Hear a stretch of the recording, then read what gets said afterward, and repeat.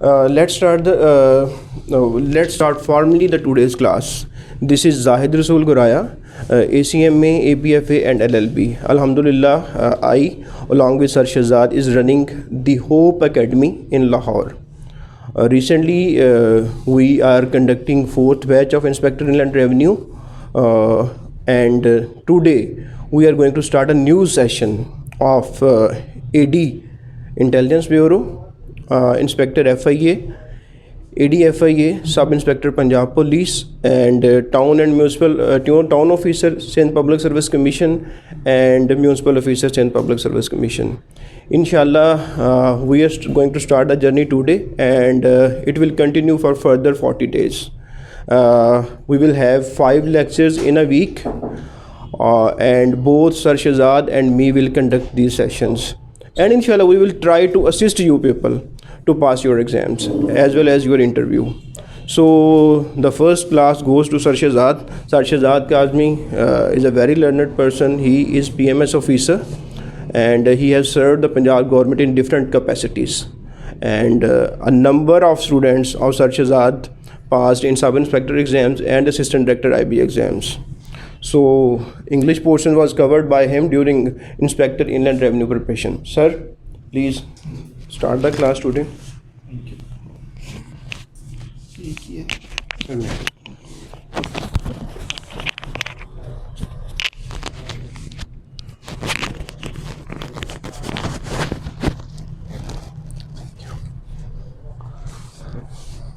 All the best. Thank you.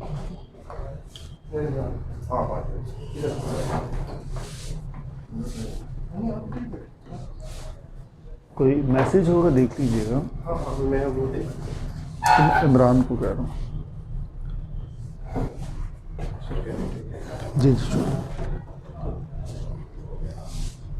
अस्सलाम वालेकुम students. Hopefully आप मुझे सुन सकते हैं। मेरी आवाज़ भी कम तो नहीं, कोई डिस्टॉर्शन तो नहीं है। अगर कोई है तो आप मुझे मैसेज में बता सकते हैं, अदरवाइज़ हम स्टार्ट करते हैं। अच्छा जी, मैसेज आप लोगों का एक आध का आ जाए कि ओके, तो फिर हम स्टार्ट ले लेते हैं। चैट में आप डाल सकते हैं ये बात। कोई मैसेज आया तो मुझे बताए। ओके जी, ठीक है, दैट्स फाइन, गुड। ओके जी, जैसा कि गुरैया साहब ने बताया, मेरा नाम शहजाद अहमद कासमी है and I belong to PMS 7। मैं PMS ऑफिसर हूँ। और आज इंशाल्लाह जो है कम है आवाज़, चलें आवाज़ में ज़्यादा करता हूँ। तो आज जो है इंशाल्लाह हम आपके साथ हैं वन पेपर प्रिपरेशन के हवाले से। तो ये देखें, मैंने यहाँ पे लिखा भी हुआ है one paper preparation preparatory session. इसका मतलब ये है कि कोई भी एग्ज़ाम जो वन पेपर से रेलेवेंट है वो इंशाल्लाह हम करेंगे। सो होपफुली आप मैं थोड़ी सा अपना डेसिबिलिटी बढ़ाता हूँ तो आप लोगों को आवाज़ भी ज़्यादा बेहतर आएगी। सो जी, ये जो वन पेपर प्रिपरेटरी सेशन, इससे क्या मुराद क्या है, हमारा वन पेपर से क्या मुराद है, उसको हम थोड़ा कवर अप करते हैं। उसके बाद फिर इंशाल्लाह डिटेल से लेक्चर लेंगे। तो इसके अंदर जो चीज़ आ रही है जी, सबसे पहले है हमारा assistant director IB intelligence bureau. उसके बाद नंबर 2 पे है जी इंस्पेक्टर FIA। इसी तरह नंबर 3 पे जो हमारा है वो है हमारा सब इंस्पेक्टर पंजाब पुलिस। फिर नंबर 4 पे हमारा आ जाता है असिस्टेंट डायरेक्टर, सॉरी जी आवाज़ का तो नहीं शुरू, अच्छा चलें ठीक है जी। अच्छा जी, इसके बाद जो है हम कवर अप करेंगे MO यानी municipal officer. MO municipal officer जो है वो सिंध पब्लिक सर्विस कमीशन के जो हैं लोग, SPSC। इसी तरह से TO यानी टाउन ऑफिसर्स, ये भी SPSC है। फिर उसके बाद हमारा आ जाएगा असिस्टेंट डायरेक्टर FIA, और at the end other all one paper exams. और इसके साथ साथ ये जो सेशन हमारा है ये हेल्पफुल होगा किसके लिए, जो MPT है, MPT यानी कि जो स्क्रीनिंग टेस्ट है CSS का, इस जब आप लोगों को आइडिया होगा, शायद आपने सुना होगा कि जो CSS है उसमें आमतौर पर डिस्क्रिप्टिव पेपर होता था, लेकिन इस जब फेडरल पब्लिक सर्विस कमीशन ने अनाउंस किया है कि स्क्रीनिंग टेस्ट होगा, डिस्क्रिप्शन से पहले स्क्रीनिंग होगा, जो लोग उसको पास करेंगे वो उनका वो डिस्क्रिप्शन वो दे सकते हैं, तो जो यहाँ से फेल हो जाएगा अल्टीमेटली फारिग हो जाएगा। सो ये भी बहुत इंपॉर्टेंट चीज़ है। और इसके अलावा कवर अप होगी आपकी फर्दर चीज़, एक दो और चीज़ें जो आपकी इसमें बहरहाल कवर हो जाती हैं वन पेपर में। यस, PMS का एक पेपर होता है, PMS का एक पेपर होता है GK, जनरल नॉलेज का पेपर, वो भी आपका इसमें कवर अप हो जाएगा। ठीक है जी। तो अल्टीमेटली जनाब हम चलते हैं, स्टार्ट लेते हैं। तो अब ये डिफरेंट पोस्ट, जैसे कि मैंने आपके सामने लिखा, ये actually one paper preparatory session के हवाले से ये सारी की सारी पोस्ट फॉल करती हैं। वजह क्या है? वजह ये कि ये तमाम की जो प्रिपरेशन है, प्रिपरेटरी मटेरियल है, रेलेवेंट टेक्निक्स हैं, वो ऑलमोस्ट एक जैसी हैं। थोड़ा बहुत सिलेबस में डिफरेंस ज़रूर है, लेकिन बेसिक चीज़ें सेम है। अब देखें ना, पाकिस्तान में बैठे हुए हैं and you are a graduate, और वो एग्ज़ाम जो आपको एडवर्टीजमेंट आई उसमें लिखा है कि सिंपली ग्रेजुएशन इज़ रिक्वायर्ड। तो क्या ग्रेजुएशन पाकिस्तान का बंदा हो, वो सिंपली ग्रेजुएट रिक्वायर्ड हो एक एडवर्टीजमेंट में, तो वो क्या पूछ सकते हैं? डेफिनेटली वो तकरीबन तमाम चीज़ें एक ही तरह की, कोई पाकिस्तान से बाहर तो चीज़ आ नहीं सकती ना। पाकिस्तान अफेयर्स वो इसके लिए भी वही है और इसके लिए भी वही है।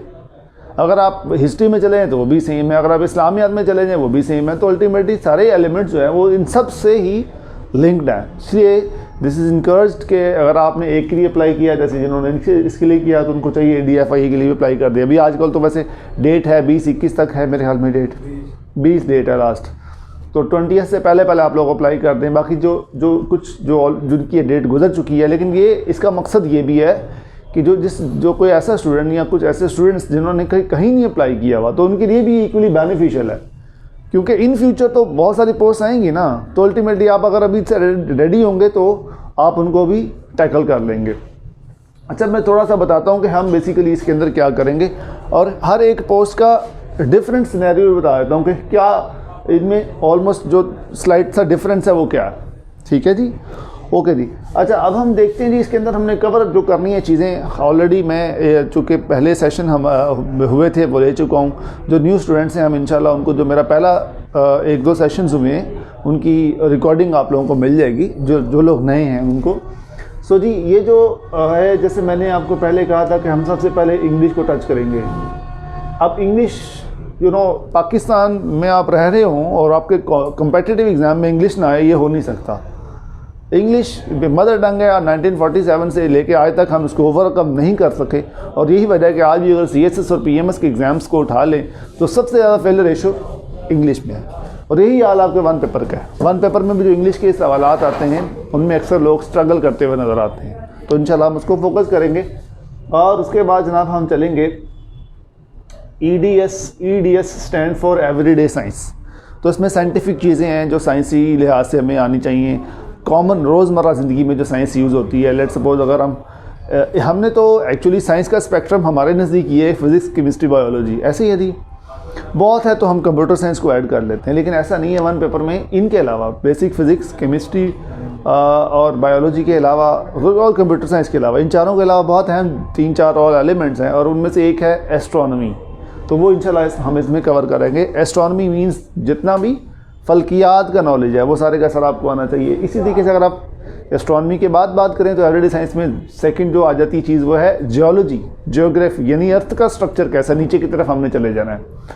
फिर इसके बाद जो है वो मेडिकल साइंस आती है। मेडिकल जो आपके हड्डियाँ हैं, हड्डियों का निज़ाम है, यानी कि स्केलेटल सिस्टम है, डाइजेस्टिव सिस्टम है, ब्रीदिंग सिस्टम है, सर्कुलेटरी सिस्टम है, ब्लड के डिफरेंट सेल्स हैं, वो इसमें कवर अप होंगे एवरीडे साइंस में। ठीक है जी। उसके बाद units, measurements, measuring meters, phobias, apical cultures जो हैं वो सारे के सारे भी इसी के अंदर कवर अप होंगे। सो अल्टीमेटली बड़ा इंपॉर्टेंट है, ये भी एक एलिमेंट है जिसको हमें ज़रा अच्छे तरीके से दे रहे हैं, क्योंकि इसकी वजह ये है कि इंग्लिश तो फिर भी हमने चूँकि बचपन से पढ़ी होती है ना। अब एस्ट्रोनॉमी का तो मोस्टली लोगों ने नाम ही फर्स्ट टाइम सुना होता है। एस्ट्रोनॉमी को कोई इतना इंकरेज भी नहीं किया जाता पाकिस्तान में कि इसको एज ए सब्जेक्ट कोई MPhil या कोई मास्टर्स को, हमें इसमें बहुत कम नज़र आते हैं, शायद ही कोई का दुक्का होंगे। ओके जी। एवरीडे साइंस के बाद हमारा जो नेक्स्ट है इंपॉर्टेंट वो होगा मैथ्स। अब मैथ्स भी इसको हम कह सकते हैं, हम इसको अरिथमेटिक भी बोल देते हैं, इसके अंदर तमाम बहरहाल अरिथमेटिक वाली चीज़ें और मैथ वाली चीज़ें हम इसके अंदर कवर करेंगे। लेट्स सपोज अगर मैं आपको रनिंग में बता दूं तो जैसे आप समझते हैं कि सबसे पहले हम ऑपरेशन ऑफ सेट्स पढ़ेंगे, उसके बाद ऑपरेशन ऑफ रियल नंबर्स पढ़ेंगे, फिर हमने बोर्ड मैथ्स के क्वेश्चंस करने हैं, फिर हमने ऑपरेशन ऑफ डेसिमल्स करना है। डेसिमल्स बहुत ही मतलब लोग मास्टर्स कर जाते हैं बट दे डोंट नो कि जी 0.2 into 0.002 is equal to what. It will happen. अब इंशाल्लाह हम आगे जाएंगे तो आप देखिएगा। सो इस तरह की बेसिक चीज़ें हम इंशाल्लाह कवर करनी है। उसके बाद हम थोड़ा सा एडवांस लेवल पर जाएंगे तो परसेंटेज के क्वेश्चंस करेंगे, फिर हम एवरेज के करेंगे, फिर हम रेशियो एंड प्रोपोर्शन के पर करेंगे, फिर हम प्रॉफिट एंड लॉस के करेंगे, फिर हम टाइम डिस्टेंस के हवाले से करेंगे, फिर जो सीरीज़ कंप्लीशन है उसको देखेंगे, फिर हम जो एनालॉजीज़ हैं उनको देखेंगे, फिर हम बेसिक अलजेब्रा और बेसिक ज्योमेट्री की तरफ चले जाएंगे। इसी तरह एक दो और चीज़ें हैं जो हम इंशाल्लाह इसके अंदर कवर अप करेंगे। सो ये हो जाएगा हमारा मैथ्स। इसके बाद जनाब हमारी जो इम्पोर्टेंट चीज़ है that will be Pakistan affairs. Pakistan affairs basically हम स्टार्ट करेंगे जी, पाकिस्तान से मुराद पाकिस्तान नहीं है सिर्फ 1947 से लेके और अब तक के जो हालात हैं, ऐसा नहीं है। पाकिस्तान अफेयर्स से मुराद ये है कि जो शुरू से हिस्ट्री चली आ रही है, जहाँ जिस जगह हम बैठे हुए हैं जो पाकिस्तान है, इसमें आज से पहले क्या था, यानी 325 BC पे यहाँ क्या था, 1000 में यहाँ क्या हो रहा था, तो सारी की सारी बेसिकली पाकिस्तान से रेलेवेंट हो जाती है चीज़ें। इंशाल्लाह हम उसको कवर अप करेंगे क्योंकि ये सवालात भी ऐसे आते हैं ना। अब दिल्ली सल्तनत के हवाले से सवाल आता है जी लास्ट रूलर ऑफ दिल्ली सल्तनत, तो अब वो तो 1526 से पहले की बात है, लेकिन वी हैव टू कवर, इसी के अंदर हमें इसको कवर अप करना है। इसके डिफरेंट फैक्शंस हैं, इंशाल्लाह इस पर डिटेल से बात करेंगे आज। और उसके बाद जनाब हमारा नेक्स्ट जो होगा वो होगा इस्लामियात।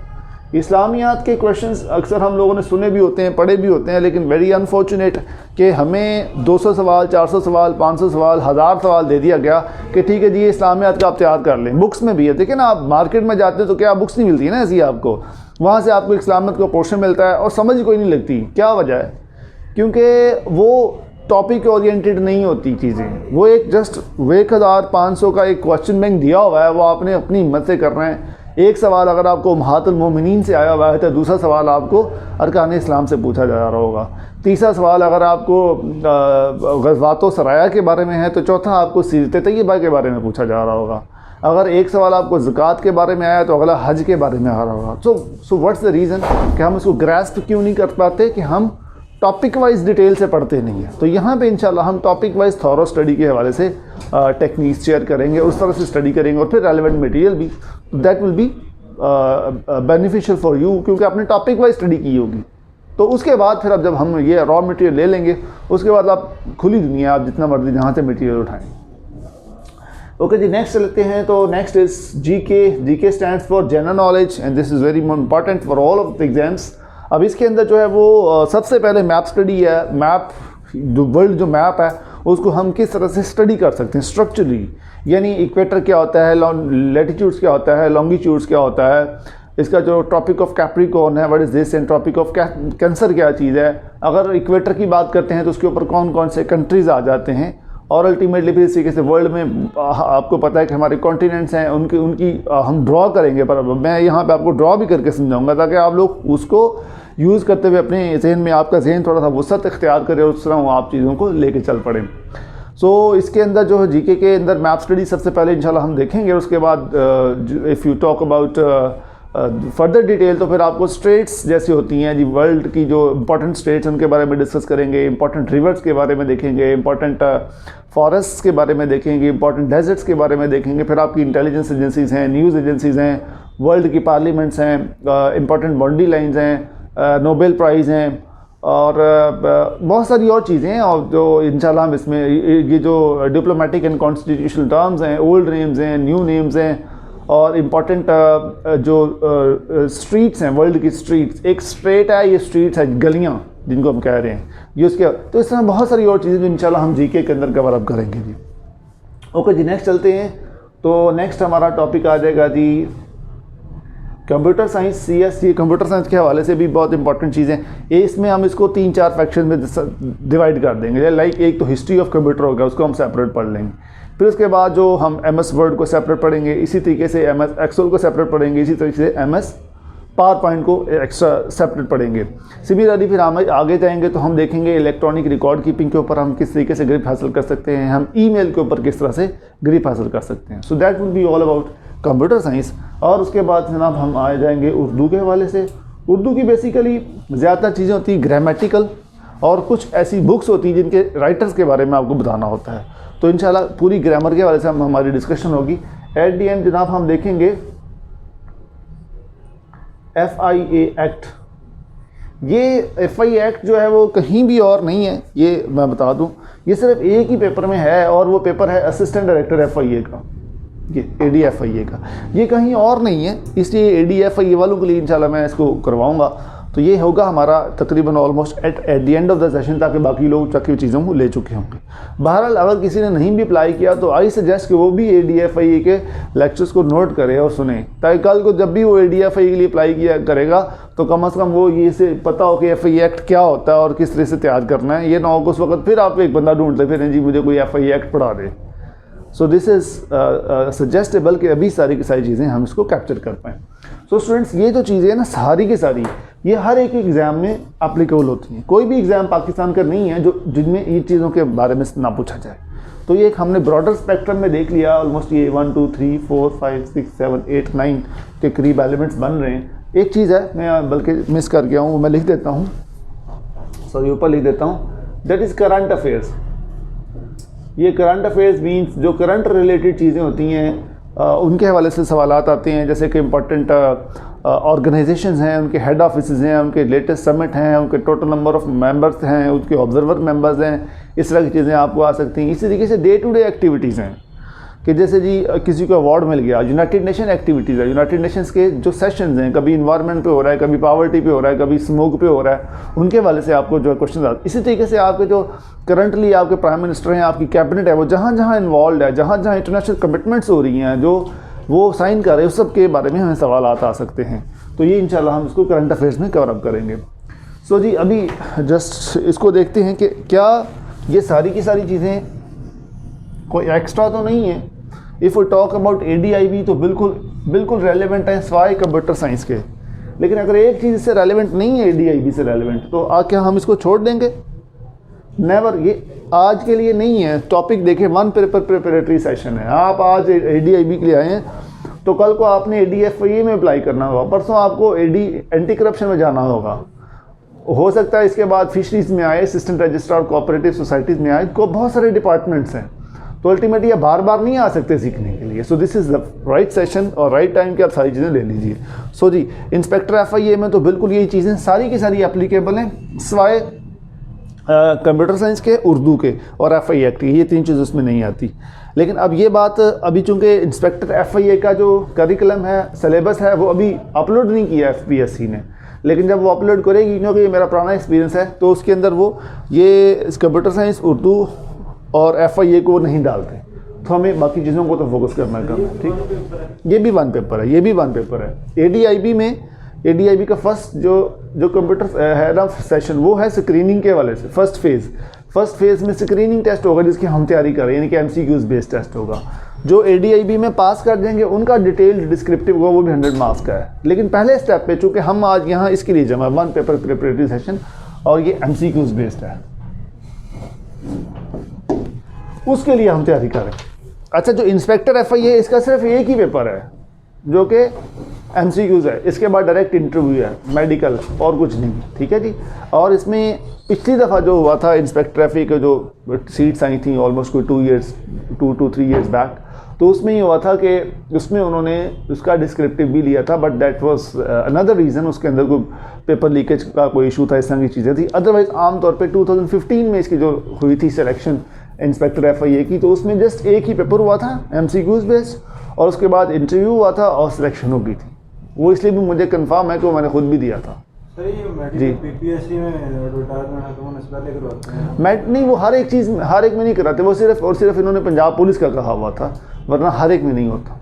ये जस्ट फोर्सेस में जाने के लिए, अदरवाइज नहीं होता, बाद में होता है। ओके जी। सब इंस्पेक्टर पंजाब पुलिस के अंदर तो ऑलमोस्ट ये सारी की सारी चीज़ें आ जाती हैं, स्पेशली कंप्यूटर साइंस। इनका भी आप सिलेबस देखें तो फोकस आपको ज़्यादा जो है वो कंप्यूटर साइंस में करना होता है और इंग्लिश में, क्योंकि 40% कंप्यूटर है, 40% इंग्लिश है और 20% आपका GK है। लेकिन ये चीज़ें जो हैं ये भी एक्चुअली पाक अफेयर इस्लामियात भी GK के अंदर कवर अप हो जाती हैं। इसी तरीके से करंट अफेयर्स भी GK के अंदर कवर अप हो जाता है। तो अल्टीमेटली ये चीज़ें भी मोस्टली इसको टच कर रही हैं। नेक्स्ट है जी municipal officer and town officer Sindh public service commission. अच्छा जी, इनके बारे में अभी तक इनका जो सिलेबस है वो अपलोड नहीं हुआ, चूँकि ये फर्स्ट टाइम आई है सिंध पब्लिक सर्विस कमीशन के थ्रू, और इनका कोई प्रेसिडेंट नहीं है, कोई सेट पैटर्न नहीं है, so there is no confirmation कि इनका क्या सिलेबस होगा। बट इट इज़ श्योर कि इनकी जो रिक्वायरमेंट थी, इनकी जो क्वालिफिकेशनल रिक्वायरमेंट थी वो थी सिंपली ग्रेजुएट होना चाहिए। अब जस्ट देखें, एक बंदा अगर सिंपली ग्रेजुएट होगा तो उसको क्या प्योरली कॉमर्स के क्वेश्चन आ सकते हैं जी? सिंपल ग्रेजुएशन मांगी हुई है और आपको पेपर कॉमर्स का आ सकता है? नहीं आ सकता। ऐसे ही है ना, ये डजेंट मेक सेंस कि एक सिंपली ग्रेजुएशन आप रिक्वायर्ड करें और आप उससे कहें जी आप जो है ना जी हमें कॉमर्स के बारे में बताएं, आप हमें कंप्यूटर साइंस के बारे में बताएं, मतलब सिर्फ उसकी बात करो। सो वो क्या होगा, मोस्ट प्रोबेबली वो सारे का सारा वन पेपर इन्हीं चीज़ों से मिलके आएगा। ठीक है, क्योंकि जैसे मैंने बताया कि पाकिस्तान में कहीं भी चले जाएंगे तो कम्पेटिटिव एग्ज़ाम्स की एक ही दुनिया है, वो कहीं उससे बाहर नहीं दे सकता। सो ये बड़ा लकी चांस है इन लोगों के लिए सिंध पब्लिक सर्विस कमीशन पे जिन लोगों ने अप्लाई किया, क्योंकि पोस्ट काफ़ी ज़्यादा हैं, पोस्ट बल्क में है। ये इन सब में से सबसे ज़्यादा इन 2 के लिए पोस्ट अनाउंस हुई हैं, तो उसमें आप अप्लाई करें और यही चीज़ें आपको इंशाल्लाह आएंगी, क्योंकि रेलेवेंटली इसी चीज़ों का इसमें पाकिस्तान में है स्कोप, और इसके अलावा बाहर से चीज़ें नहीं आने वाली। यहाँ कोई ये नहीं होगा कि स्पेसिफिकली कॉमर्स के सवाल आएंगे या स्पेसिफिकली 100 मार्क्स का आपको कंप्यूटर साइंस का पेपर हो जाएगा, ऐसा नहीं होने वाला। सो इसलिए आप भी इसके ऊपर 100% फोकस करें और ये आपको बड़ा बेनिफिट देगी, ना सिर्फ इसके लिए बल्कि इन सब के लिए भी और आने वाले तमाम एग्ज़ाम्स के लिए भी। ये बात जैसे मैंने को बार बार कह रहा हूँ कि just don't focus on any one exams. आप समझेंगे आपने यार इन तमाम की प्रैक्टिस करनी है, और इसके अलावा भी कोई भी आएगा जीके का तो आप वन पेपर का आएगा तो आपको रेडी रहना है। ओके जी, नेक्स्ट है ADFIA। ADFIA के अंदर जो है ना वो जो डिफरेंस वो यही है, FIA एक्ट ये सिर्फ और सिर्फ ADFIA में आता है, बकाया किसी में नहीं आता। ठीक है जी, इसको बहरहाल मैं ADFIA वाले स्टूडेंट्स को करवा दूंगा। नेक्स्ट है जी other all one paper exam, वो तो सारी की सारी चीज़ें फॉलो। अच्छा, MPT स्क्रीनिंग टेस्ट CSS के अंदर जो आ रहा है उसका भी देखें तो यही सिलेबस है, लकीली यही सिलेबस है, उसमें शायद और कोई ऐसी चीज़ नहीं है जो उसमें ऐड हो। तो लिहाजा जो लोग CSS अपीयर होना चाह रहे हैं और उन्होंने उनका स्क्रीनिंग टेस्ट जो कि करीब है उसमें वो देना चाह रहे हैं, तो अल्टीमेटली ये चीज़ उनके लिए भी बहुत अच्छी है। वो भी देंगे तभी CSS की डिस्क्रिप्शन में अपीयर हो पाएंगे, वरना इधर ही फंसेंगे। और अगर किसी ने CSS के लिए अप्लाई नहीं किया, उसका स्क्रीनिंग टेस्ट नहीं है, तो क्या ज़िंदगी में कभी भी नहीं होगा? अगले साल तो उसने CSS देना होगा ना, कोई प्लान तो हर ज़िंदगी में होता है इंसान का। तो जब आप अपीयर होंगे तो आपकी ये वाली तैयारी इंशाल्लाह इधर हो चुकी होगी। नेक्स्ट PMS का जो GK का पेपर है वो भी ये इसी तरीके से बनता है, यानी वन पेपर इन तमाम चीज़ों से बनता है सिवाय FE एक्ट के। सो जी हम इंशाल्लाह इन तमाम चीज़ों के ऊपर फोकस करेंगे जैसा कि मैंने बताया। सो अल्टीमेटली हमारा विजन जो है आप तमाम लोगों का वो ब्रॉडर होना चाहिए, चीज़ें आपने सारी करनी है और अच्छे तरीके से करनी है, रेलेवेंट मटेरियल लेना है, और फिर जो एक सीरीज़ है हमारे टेस्ट की वो चलेगी। 10 टेस्ट की सीरीज़ इंशाल्लाह होगी हमारी, 10 टेस्ट, और वो होंगे on the pattern of FPSC, SPSC और BPSC।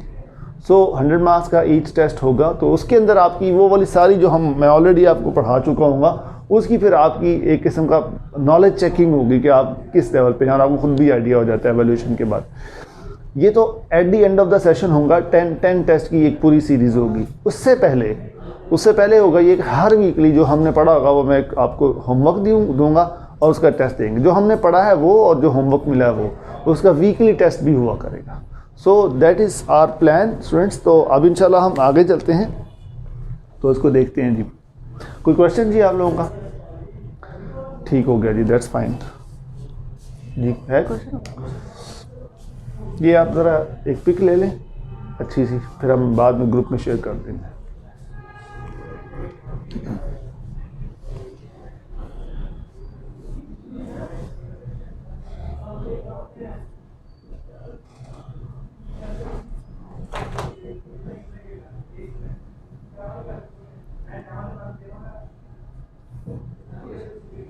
ओके जी।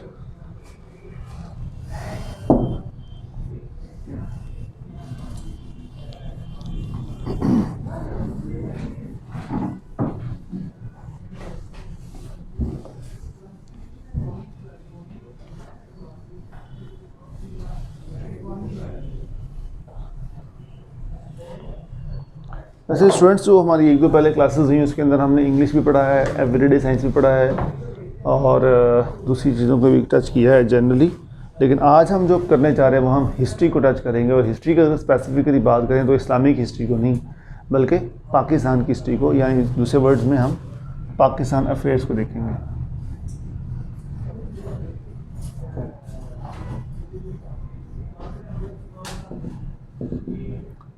सबसे पहले इसके बारे में हम ये देख लेते हैं कि पाकिस्तान अफेयर्स, चूँकि हमने एक पूरी हिस्ट्री पढ़नी है, तो इसको हम डिफरेंट फैक्शंस में डिवाइड करेंगे, डिफरेंट ग्रुप्स में हम इसको डिवाइड कर लेंगे। तो ग्रुप्स क्या क्या हैं और वो कहाँ से स्टार्ट होकर कहाँ तक ख़त्म होते हैं। सो पहला है जी, पहला जो ग्रुप है वो है हमारा एंशिएंट ग्रुप, जिसको आज इंशाल्लाह हम ख़त्म कर देंगे। Ancient group 1। इसी तरीके से एंशिएंट हिस्ट्री, चलो ग्रुप की जगह हम हिस्ट्री लिख देते हैं। Ancient history 2। एंशिएंट मीन बहुत पुरानी हिस्ट्री, जो बहुत पुरानी है, ठीक है, उसके बारे में हम बात करेंगे। इसी तरह से जनाब अब नेक्स्ट चलते हैं तो हमारा इनकी टाइमिंग देख लेते हैं, यानी कब कब तक हैं। ये 325 BC से ऑलमोस्ट स्टार्ट होता है और ये 712 तक चलता है, पहला पीरियड। अब देखिए इतनी पुरानी बात हमने करनी है, क्यों कि जहाँ हम खड़े हैं यहाँ भी सारा कुछ होता रहा है, ठीक है जी, पाकिस्तान से रेलिवेंट है। इसी तरीके से जो सेकंड पीरियड है वो 712, 712 में क्या हुआ था जी, मोहम्मद बिन कासिम आए थे ना यहाँ पे। तो मोहम्मद बिन कासिम के आने के बाद चेंज हो गया सिनेरियो, और वो रहा है 1206 तक। ये वाला सेशन एंशिएंट हिस्ट्री 2 आएगा। उसके बाद हम चले जाएंगे तो होगा दिल्ली सल्तनत, और दिल्ली सल्तनत का जो पीरियड है वो है जी 1206 से 1526 तक। क्लियर जी। और उसके बाद जनाब हम इससे ऑनवर्ड चलेंगे तो दैट इज़ मुगल्स। मुगल का जो पीरियड है, मुगल्स ईरा जो है वो हमारा स्टार्ट होता है 1526 से लेके 1857 तक। उसके बाद हम देखते हैं तो हमारा होगा जी British period. And British period को हम एक और भी नाम दे सकते हैं प्री पार्टीशन, यानी जब पार्टीशन हुई है उससे पहले क्या सूरत हाल थी, तो दैट इज़ 1857 टू 1947। ज़ाहिर बात है 47 में पार्टीशन होगी, प्री पार्टी मीन्स पार्टीशन से पहले। In the last one is post partition, यानी कि पार्टीशन के बाद। सो स्टूडेंट्स ये है हमारा जनाब जो 1947 से लेके टू डेट अभी तक जो है वो सिनेरियो चल रहा है, इसको हम कहते हैं पोस्ट पार्टीशन। तो that is our division, that are important elements of Pakistan affair, जिनको हमने वन बाय वन करके टैकल करना है। सबसे जो लॉन्गेस्ट पीरियड है वो हमारा बनता है ये वाला ब्रिटिश पीरियड, जो इसमें क्वेश्चन भी सबसे ज़्यादा आते हैं डेफिनेटली, इसकी इंपॉर्टेंस। उसके बाद नंबर 2 पे ये है, उसके बाद ये 3 पे सारे मिला के आ जाते हैं, ठीक है जी। सो जी हम इसके अलावा क्या, मतलब पाकिस्तान अफेयर्स में इसके अलावा भी कुछ चीज़ें आती हैं, वो मैं आपको बताता हूँ वो क्या आ सकती हैं। वो है जी इम्पॉर्टेंट बुक्स।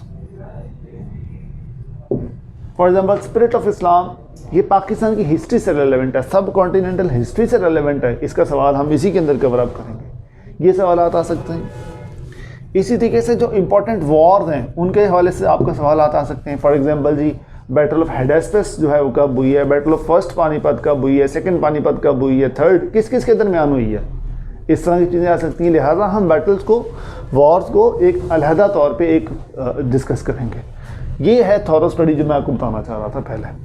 उसके बाद जनाब थर्ड नंबर पे है इम्पॉर्टेंट लेजिस्लेशन ऑफ सब कॉन्टिनेंट।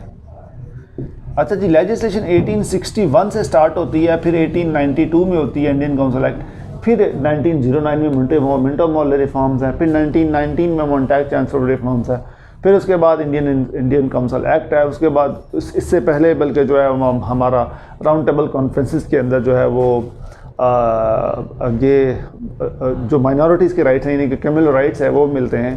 तो इस तरह से चीज़ें जो ये सारी लेजिस्लेशन की लिस्ट में आती हैं, इसको इंशाल्लाह हम लेवल तौर पे करेंगे, ठीक है जी।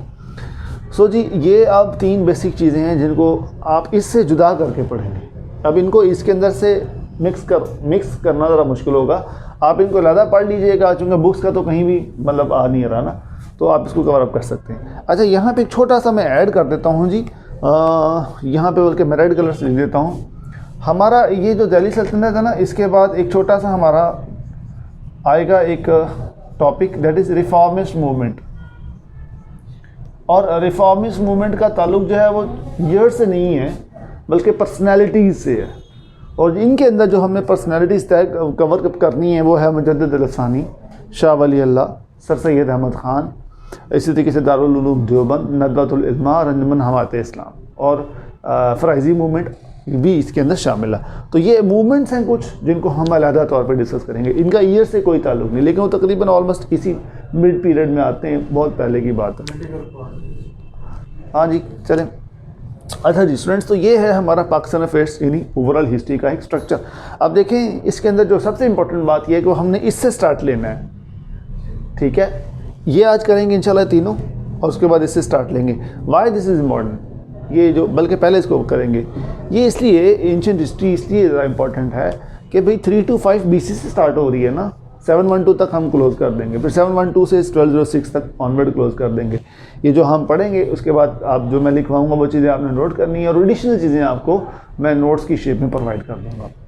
अच्छा, इसी तरीके से दिल्ली सल्तनत को पढ़ेंगे तो सबसे इंपॉर्टेंट जो चीज़ आपको फील होगी वो ये होगा कि आप हिस्ट्री को स्टेप बाय स्टेप जान रहे हैं। क्रोनोलॉजिकल ऑर्डर इसे हम बोलते हैं, क्रोनोलॉजिकल ऑर्डर यानी कि डेट वाइज आप पढ़ रहे हैं। देखें ना 712 तक ये है, उसके बाद फिर ये है, उसके बाद ये है, तो समझ में आएगी हिस्ट्री के पाकिस्तान के अंदर जब आज हम मौजूद हैं तो इससे पहले क्या होता रहा है। आपको पता है कि हिस्ट्री इज़ टू इम्पॉर्टेंट कि आप अगर फ्यूचरिस्टिक अप्रोच एक नेशन ने डेवलप करनी है तो सबसे पहले उसकी हिस्ट्री के ऊपर नज़र ज़रा गहरी होनी चाहिए, उसे पता हो कि हिस्ट्री में क्या हुआ, उसके बाद ही आप जो है इसके अंदर बेहतरी की तरफ जा सकते हैं। ओके स्टूडेंट्स, तो अब हम स्टार्ट करते हैं। इसकी ज़रा पिक लें जी, इसकी तस्वीर ले लें, उसके बाद हम स्टार्ट लेते हैं।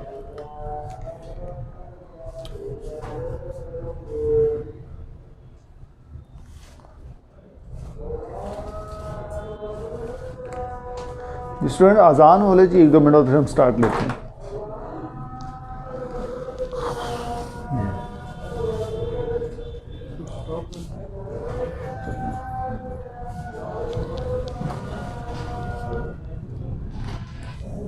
मैसेज तो नहीं आया,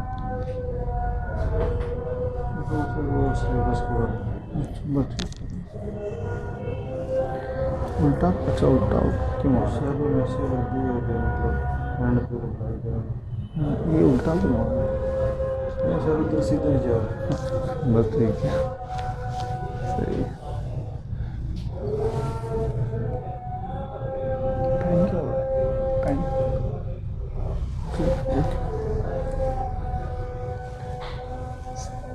7:20 पे ना मुझे बता दीजिए, फिर वाइंड अप करना, बल्कि 15 7:30 तक हमारी क्लास।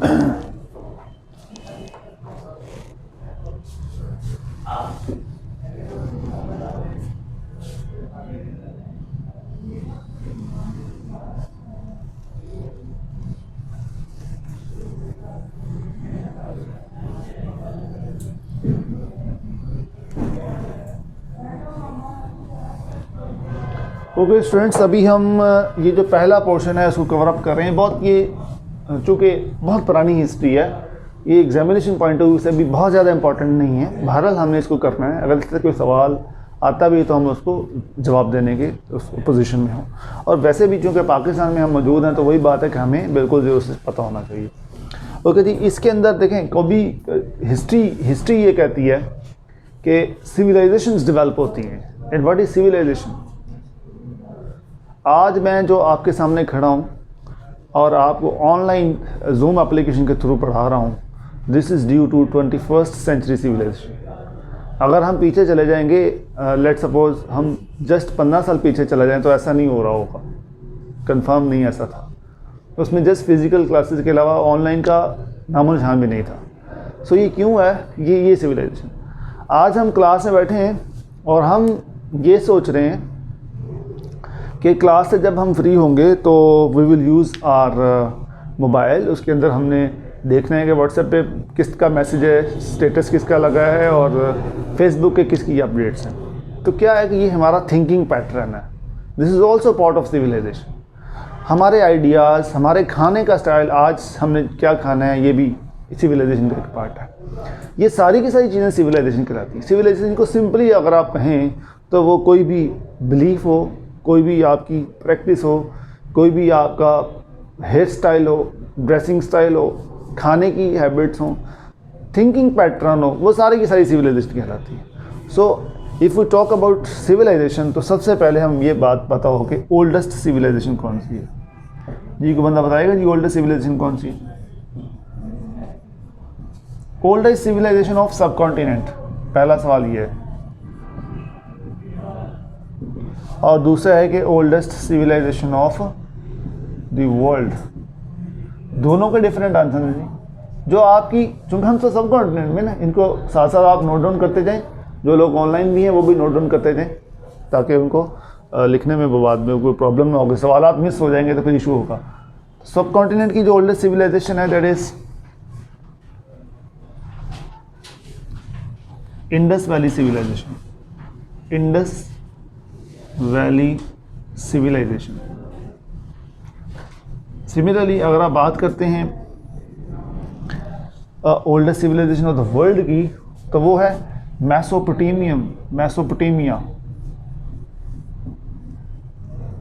ये इराक का पुराना नाम भी है मैसोपोटामिया, याद रखिए, मैसोपोटामिया सिविलाइजेशन, मैसोपोटामियन सिविलाइजेशन। अच्छा, ये बहुत पुरानी चूँकि बातें मैं बता रहा हूँ आपको, उस ज़माने में जब यानी कि यहाँ बहुत कम लोग थे और अल्टीमेटली रिलीजियस के हवाले से देखा जाए तो रिलीजन भी उस वक्त इस्लाम का नामो निशान नहीं था। अच्छा, ये बता सकता कोई इस्लाम का उस वक्त नामो निशान क्यों नहीं था? बताएं, आप बताएं। इस वक्त की बात कर रहा हूँ। हाँ जी, इस्लाम तो आप अच्छा, बस वेरी गुड, ठीक है। इस्लाम आ रहा है 571 में, तो आप सल्लम पैदा हुए हैं, उस वक्त भी इस्लाम नहीं आता। 571 प्लस 40 ईयर्स, चूँकि नबूवत तो 40 में, उसके बाद इस्लाम आता है, ठीक है जी। सो इसलिए Islam basically one of the religion that is youngest जो रिलीजन उनमें इस्लाम का नाम आता है। और जो ओल्डेस्ट रिलीजन है वो कौन से हैं? हिंदुइज़्म ओल्डेस्ट रिलीजन है। तो ये देखें, ये चूँकि हम सब कॉन्टिनेंट की, तो इंडस वैली सिविलाइजेशन का जो है उसका एक पुरानी तरीन सिविलाइजेशन थी। ओके जी। इसके अलावा जनाब आपके पास जो इम्पोर्टेंट पॉपुलर है वो है मारियान डायनेस्टी। मारियान डायनेस्टी, जिसको हम आर्या डायनेस्टी भी बोलते हैं, is also known as Aryan dynasty.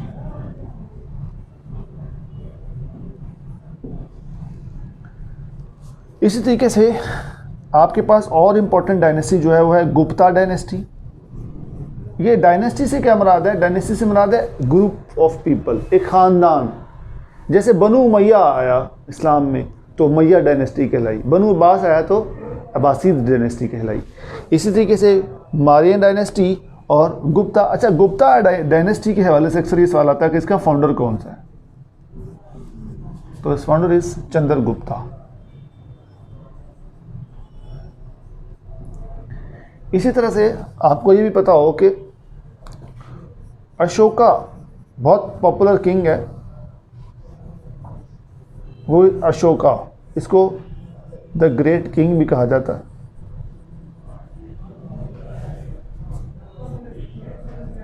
तो ये पॉपुलर किंग था और इसका ताल्लुक था आर्यन डायनेस्टी से, ठीक है जी। तो हम ये कहेंगे कि great king of Aryan dynasty. Aryan D में लिख दिया, डी फर्स्ट डायनेस्टी। अच्छा, इसी तरह से आपको ये पता हो कि बुद्धिज़्म जो थी वॉज प्रमोटेड बाय किस बंदे ने? ये जो ओल्डेस्ट सिविलाइजेशन है ना, उनके अंदर बुद्धिज़्म जो है उसको किस बंदे ने प्रमोट? अभी हम पुरानी बात कर रहे हैं, नई बात तो है ही नहीं ना। तो पुराने लोगों में से अशोका, इन्होंने, अशोका जिसका नाम हम ऊपर जिक्र कर चुके हैं, जो कि ग्रेट किंग थे आर्यन डायनेस्टी के, इन्होंने बुद्धिज़्म को प्रमोट किया, बुद्धिस्ट श्राइन्स बनाए, बुद्धिज़्म की जो वर्शिप थी उनको एक कॉमन किया। That was by basically Ashoka. Okay जी, नेक्स्ट चलते हैं तो इसके अंदर जो है हम ये सिविलाइजेशन का हमें थोड़ा सा आइडिया हो गया, अशोका की बात होगी, चंद्रगुप्ता डायनेस्टी के हवाले से हमें क्लियर हो गया। अब ये वो पीरियड है कि अब तक मुसलमान यहाँ पे नहीं आए हैं। अब देखें आप कहीं कोई भी नाम ऐसा नहीं है, थैंक यू जी शुक्रिया, कोई भी नाम ऐसा नहीं है जो कि मुसलमानों का हो। तो मुसलमानों का जो अराइवल है वो कब स्टार्ट हो रही है जी? 712 से 712 में मोहम्मद बिन कासम इधर आते हैं और उसके बाद से जो मुस्लिम्स हैं उनकी यहाँ पे अराइवल स्टार्ट होती है। उसके बाद अल्टीमेटली चीज़ें जो है वो विक्ट्री की तरफ चली जाती हैं।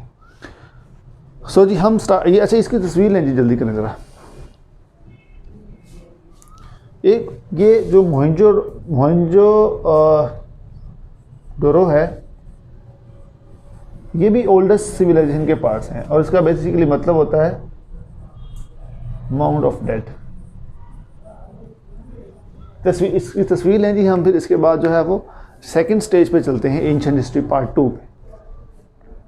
ये ऑल दो कम है लेकिन हमने जस्ट एक आइडिया लिया है बेसिकली कि यार हमारे अबाउजाद से पहले यहाँ जहाँ हम मौजूद हैं ये क्या था। जी जी MOUN जी जी। ये माउंट आई थिंक कब्रिस्तान के सेंस में आता है, कोई इस तरह की चीज़ है। अब we have to see it.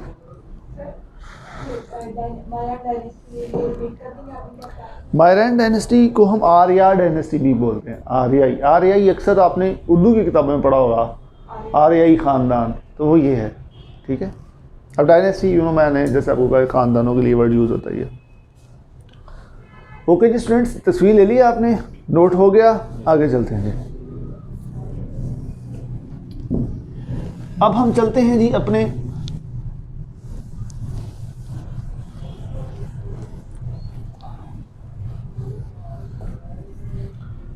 Part 2 की तरफ,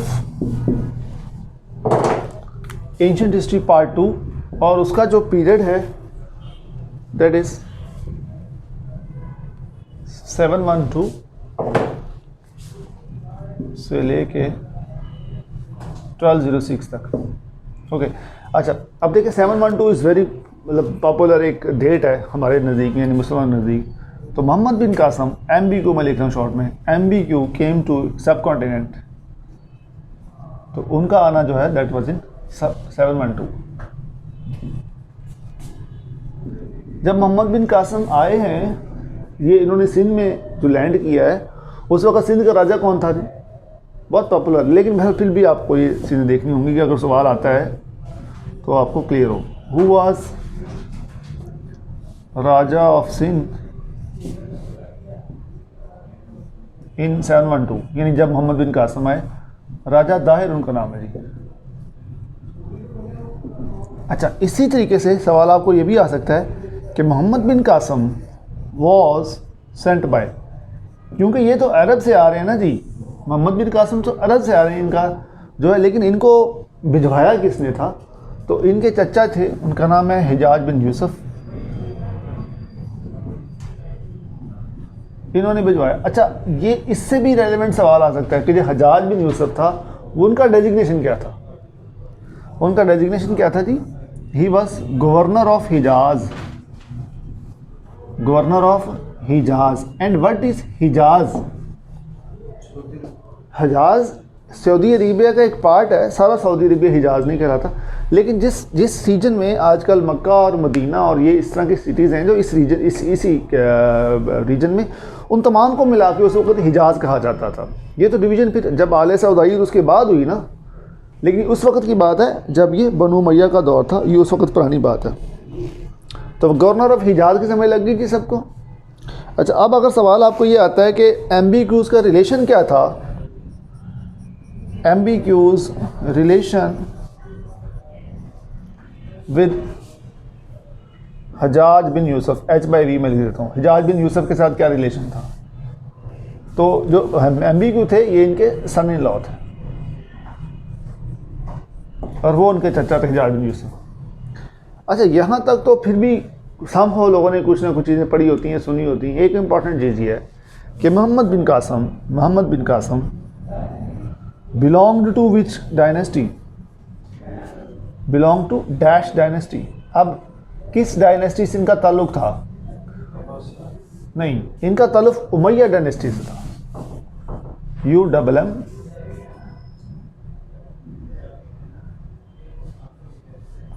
YYAD, उमैया डायनेस्टी, यानी कि बनु उमैया, दूसरे वर्ड्स में हम इसको बनु उमैया कहते हैं। तो बनु उमैया से इनका ताल्लुक था। इसी तरह से मोहम्मद बिन कासिम जनाब आ रहे हैं 772 में, तो अल्टीमेटली इन्होंने यहाँ पे आपने भी बचपन में इनकी कहानी पढ़ी है कि इन्होंने काफ़ी विक्ट्रीज़ की हैं। 7:45 तक लेते हैं, ठीक, और उसके बाद 15 मिनट क्वेश्चन आंसर भी करें। नहीं, वो 8 o'clock तक अगर आप नहीं, मैं 7:30 पे मैंने करूँगा 15 क्वेश्चन। Yeah. ठीक, ओके जी स्टूडेंट्स, तो नेक्स्ट चलते हैं। तो मोहम्मद बिन कासिम जो है that he belonged to dynasty भी हो गया। Who called back MBQ, Muhammad bin Qasim को वापस बुला लिया गया था। ये शायद आपके नॉलेज में ना हो। मोहम्मद बिन कासिम जब आए हैं तो उन्होंने कुछ ऐसा यहाँ पे जो विक्ट्रीज की, इसके बाद उनको वापस बुला लिया गया। तो वो किसने बुलाया? इससे पहले ये सवाल पैदा होता है, चलो मैं बल्कि इसका जवाब लिख देता हूँ। द कैलिफ, और जो कैलिफ उस वक़्त थे बनु उमैया के जो कैलिफ थे, उनका नाम था सुलेमान। सुलेमान ने इनको बुलाया और फिर उसके बाद उन्होंने जाके जो है ना इनको बिहाइंड द बार्स जो डाला और अल्टीमेटली वहीं पर उनकी डेथ हो गई थी। ये उस वक़्त के खलीफा थे जिन्होंने उनको बुला लिया वापस। ये में ये सवाल पैदा होता है। जी जी जी, ठीक, ओके ओके ओके, चलें जी, क्वेश्चन हम एंड पे ले लिया करें। फिजिकल के पहले होंगे, ऑनलाइन के फिर मैं बाद में आराम से खुद दे दूँगा। ओके जी, अच्छा नेक्स्ट सवाल है जी, who was the caliph when MBQ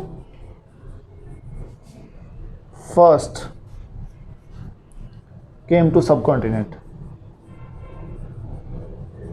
यानी जब मोहम्मद बिन कासिम 712 में कॉन्टिनेंट सब कॉन्टिनेंट में आए हैं, तो उस वक़्त जो थे खलीफा, उनका नाम क्या था?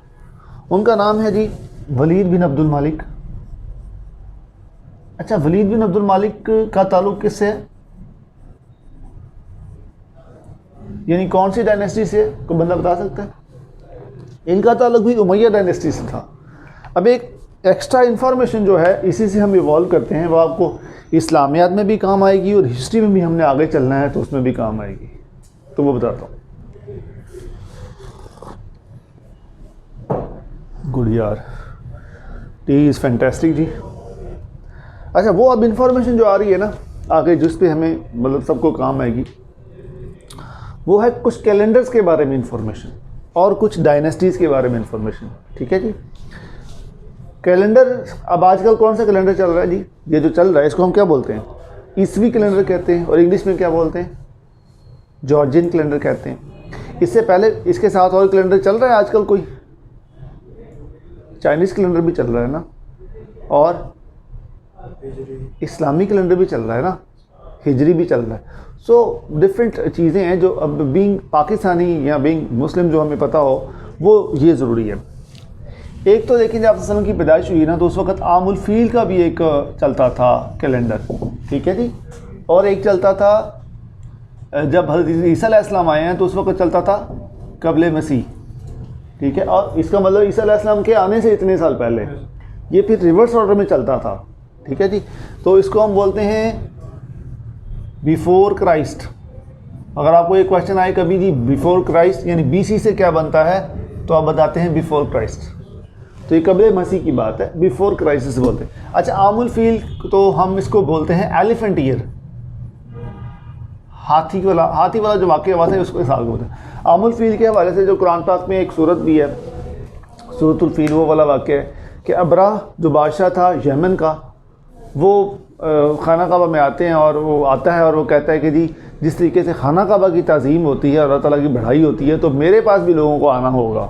तो वो आके मेरे पास आके जो है ना मेरी बढ़ाई और मेरी बनाई हुई चीज़ों की बढ़ाई क्यों नहीं करते। सो इस पर उसे गुस्सा आया और वो खाना काबा पे अटैक के प्लान के हवाले से आता है। और जब अटैक के प्लान के हवाले से आता है तो हज़रत अब्दुल मतलब जो आप सल्लम के दादा हैं, तो वो मिलते हैं, क्योंकि वो उस वक़्त मतवली थे खाना काबा के, तो उन्होंने कहा जी आप टैग कहते, उन्होंने अब्दा ने कहा जी मैंने टैग करना है। तो उन्होंने आके हज़रत अब्दुल मतलब के ऊँट पकड़ लिए, ठीक है। और हज़रत अब्दुल मतलब ने जवाब ये दिया कि जी आपने अगर खाना काबे के ऊपर अटैक करना है तो करें, कि जिसका घर है वो खुद ही डिफेंड कर लेगा, मुझे मेरे ऊँट वापस कर दीजिए। उनके ऊँट उन्होंने वापस किए और अटैक करने की कोशिश की, ये जुर्रत ही की, ये सोच ही आई। तो अल्लाह ताला ने ऊपर से अबाबील के जो चोंच है उनके अंदर छोटे छोटे कंकर फेंके, और उसी से उनकी हाथियों वाली जो थी, वो हाथी पे एक्चुअली फ़ाइट करने के लिए आए थे, तो हाथियों वाली उनकी जो थी सारी फ़ौज वो जहन्नम को चली गई। आज हम कहते हैं कि जी एक छोटा सा, एक इतना सा ड्रॉप अगर न्यूक्लियर वेस्ट हो जाए तो वो बहुत बड़ा ख़तरनाक बन सकती है। तो जो एक छोटा सा कंकर ऊपर से आ रहा था ना, that was not basically the कंकर। आज आप साइंटिफिकली देखते हैं तो क्या था वो तो न्यूक्लियर आर्सेनल था भाई। न्यूक्लियर वो उसके अंदर ऐसी चीज़ें थी, केमिकल चीज़ें थी जिन्होंने तो बर्बाद करके रख दिया था।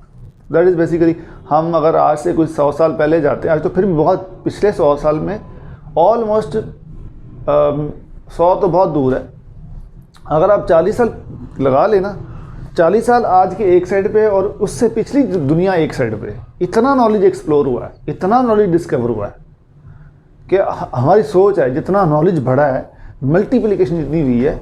अब देखें ना, आप अगर आप 40 ईयर्स चलें, आप 100 कर लेते हैं फिर मैक्सिमम, अब 100 ईयर्स पीछे चले हैं तो कोई बाय एयर कोई कमर्शियल प्लेन्स तो नहीं थे ना, कोई मैग्नेट ट्रेन तो नहीं थी ना, जो जनाब 1000 किलोमीटर पर आवर की स्पीड से भी चल रही। अभी चाइना में और जापान में बननी शुरू हो गई हैं और बन भी रही हैं, दे आर ऑपरेशनल। ऐसा कॉन्सेप्ट नहीं था ना हमारे पास, कोई ऐसा कॉन्सेप्ट नहीं था हमारे पास आज से चले 30 साल पहले कि जिसमें हम कहते जी पूरी दुनिया का हम डाटा सेव कर सकते हैं। नाउ वी हैव, हर बंदे का अपना अपना गूगल बना हुआ है, उसके अंदर सारा का सारा डाटा उसके जा रहा है, ठीक है जी। अभी जो हमारी इंटेलिजेंस एजेंसीज उनको बड़ा इजी हो जाता है, कहाँ से फ़ोन आ रहा है कहाँ से नहीं आ रहा, लोकेशन लोकेट कर लेते हैं। सो इतना नॉलेज इंक्रीज़ हुआ है पिछले 40 साल के अंदर स्पेशली, कि पूरी दुनिया का नॉलेज एक साइड पे और ये 40 साल एक साइड पे कर दें, तो ये डबल हो गया एक्चुअली, जितना पहले था उससे डबल हो गया। सो बात ये हो रही थी ये वाली, अच्छा जी मैं ये बोल देता हूँ, ये है जी, who was the caliph when Muhammad bin Qasim first came to subcontinent. जब मोहम्मद बिन कासम पहली दफ़ा सब कॉन्टिनेंट में आए तो उस वक़्त कैलिफ कौन था, यानी दूसरे वर्ड्स में किस कैलिफ ने मोहम्मद बिन कासम को भिजवाया तो हजाज बिन यूसुफ ने था, लेकिन दिस ही वॉज गवर्नर। तो गवर्नर का एक लेदर स्टेटस है ना, who was the then caliph, तो उसका जवाब है वलीद बिन अब्दुल मालिक। तो ये है जनाब ये सवाल का जवाब, मैं ग्रुप में आपको टाइप भी कर दूंगा। अच्छा आप आगे चलते हैं, तो ये आमुल फील की बात कर रहे हैं, तो उन सालों में जो है जो चीज़ें थी वो इस तरीके से हुई हैं। तो आमुल फील के बाद क्या होता है जी, अगला कैलेंडर देखते हैं। अगला कैलेंडर आता है जी हमारा ईसवी कैलेंडर, क्या बोलते हैं जी हम उसको, एडी बोलते हैं ना, AD stand for anno domini. ये क्वेश्चन भी आ जाता है तो पता होगा आपको, एनो डोमिनी कहते हैं, ओके जी। ये ईसा से ईसवी लिखा हुआ है, बनना है। ईसा अलैहिस्सलाम जब पैदा हुए तो अच्छा, ईसा अलैहिस्सलाम की पैदाइश कितने साल पहले हुई बताएं ना। ईसा अलैहिस्सलाम की, आप बताएं जी सवाल, हज़रत ईसा अलैहिस्सलाम की पैदाइश कितने 100 साल पहले हुई। ओ भाई, हज़रत ईसा अलैहिस्सलाम की पैदाइश की बात, हाँ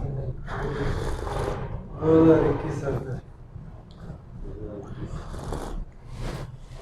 अब बताएं मैडम।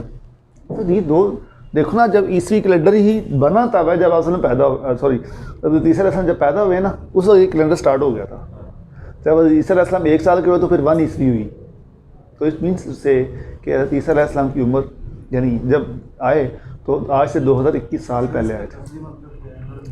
ये यार ये एक लैटिन टर्म है, इसका लफ्ज़ी मतलब जो है मुझे खुद भी नहीं पता वैसे, ये एक लैटिन टर्म है।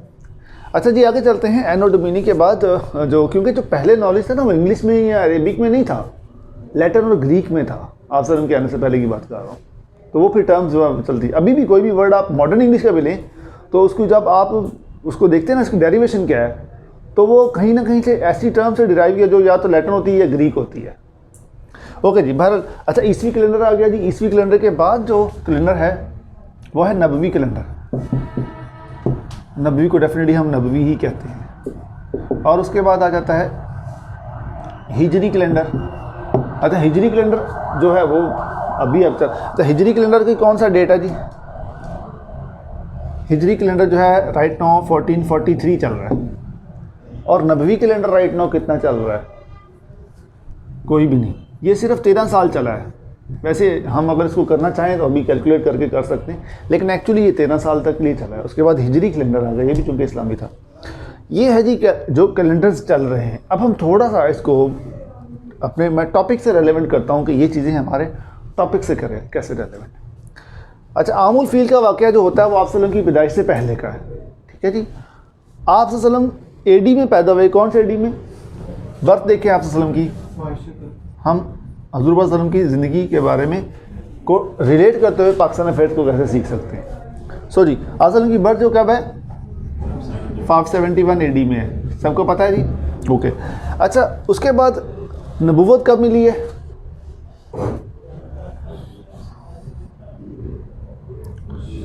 नबूवत आप सल्लम को मिली है 40 साल की उम्र में, ठीक है जी।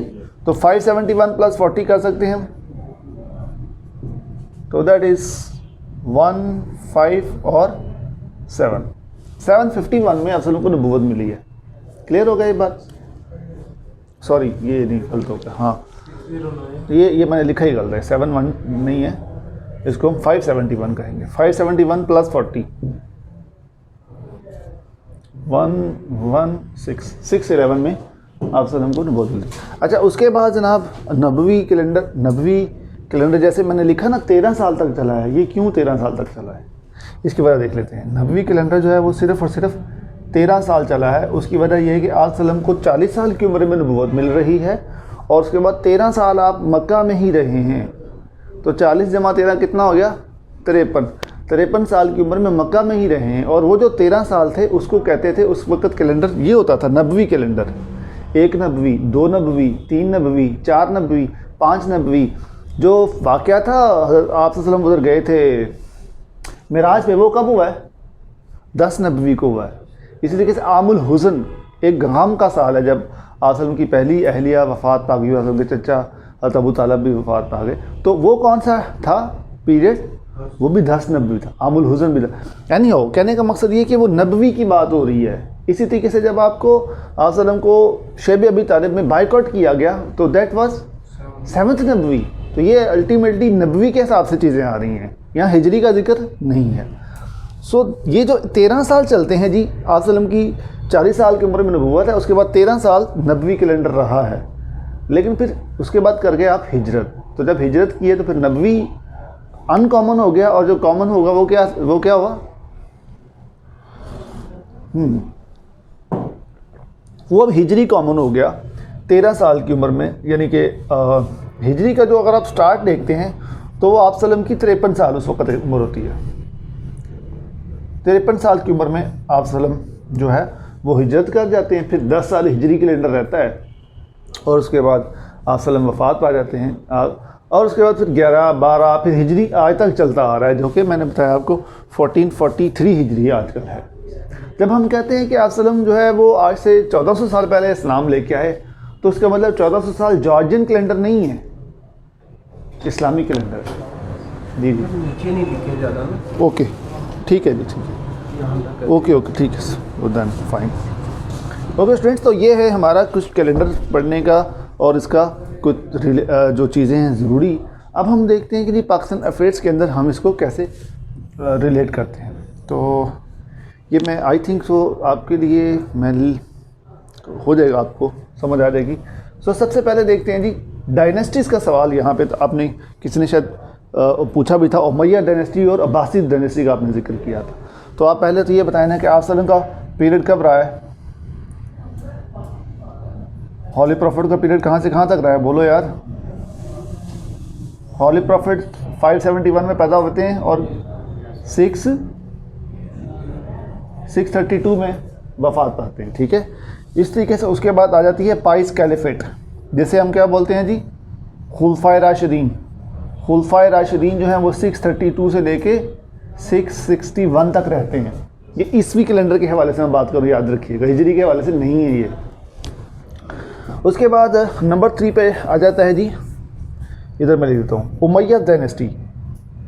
4 खुलफाए राशिदीन के जाने के बाद उमैया डायनेस्टी बनती है, यानी बनु उमैया आता है। अगर बनु उमैया के हवाले से सवाल आता है कि इसका पीरियड क्या है, तो यू विल राइट 661 टू 750। और इनके फाउंडर का नाम भी पूछ लेते हैं वो कि बनु उमैया के फाउंडर कौन से हैं, तो यू विल से हज़रत अमीर माविया। ओके जी, ये हो गया जी क्लियर। अच्छा, उसके बाद आ जाती है जी अब्बासीद डायनेस्टी। और अब्बासीद डायनेस्टी जो है वो रहती है 750 से लेके 1258 तक। और इनके जो फाउंडर हैं उनका नाम है अबू अल अब्बास अल सफ़ा। आपको इस तरह से कोई भी सवाल आता है तो आप इसमें कवर अप कर सकते हैं। अच्छा, नेक्स्ट है जी तीसरी डायनेस्टी जो मुस्लिम्स की है, ऑटोमन एम्पायर। ऑटोमन एम्पायर किसे बोलते हैं जी? ये जो सल्तनत उस्मानी है, that is Ottoman empire. Ottoman empire का जो पीरियड है that is 1258 to 1922। Osman one इन्होंने इसकी फाउंडेशन ले की थी। तो ये है डायनेस्टीज इम्पोर्टेंट जब जो मुसलमानों की हैं। तो अब मोहम्मद बिन कासम किस डायनेस्टी में आए और उस अच्छा, डायनेस्टी का मतलब क्या है? मिसाल के तौर पे हम ये बात करते हैं 661 से 750 तक, तो इसका ये मतलब नहीं है कि एक ही रूलर रहा। एक रूल तो बहुत लंबी है ना, एक तो इस नॉट नेचुरली पॉसिबल कि एक ही बंदा इतना लंबा। डायनेस्टी का मतलब एक ख़ानदान है, उसके बाद एक, फिर दूसरा, फिर तीसरा, फिर चौथा, हुक्मरान चेंज होते रहे लेकिन ख़ानदान एक रहा है। ठीक है, तो फिर उसके बाद ख़ानदान बनु अब्बास आ गया, उसके बाद फिर आखिर में ऑटोमन एम्पायर आ गई। सो दी ये है इंपॉर्टेंट क्वेश्चंस पाकिस्तान अफेयर्स के जब हम हिस्ट्री 2 की बात करें। अभी फ़िलहाल हमारी हिस्ट्री 2 ख़त्म नहीं हुई, आप इसको नोट करें और इसकी तस्वीरें फिर आगे चलते हैं।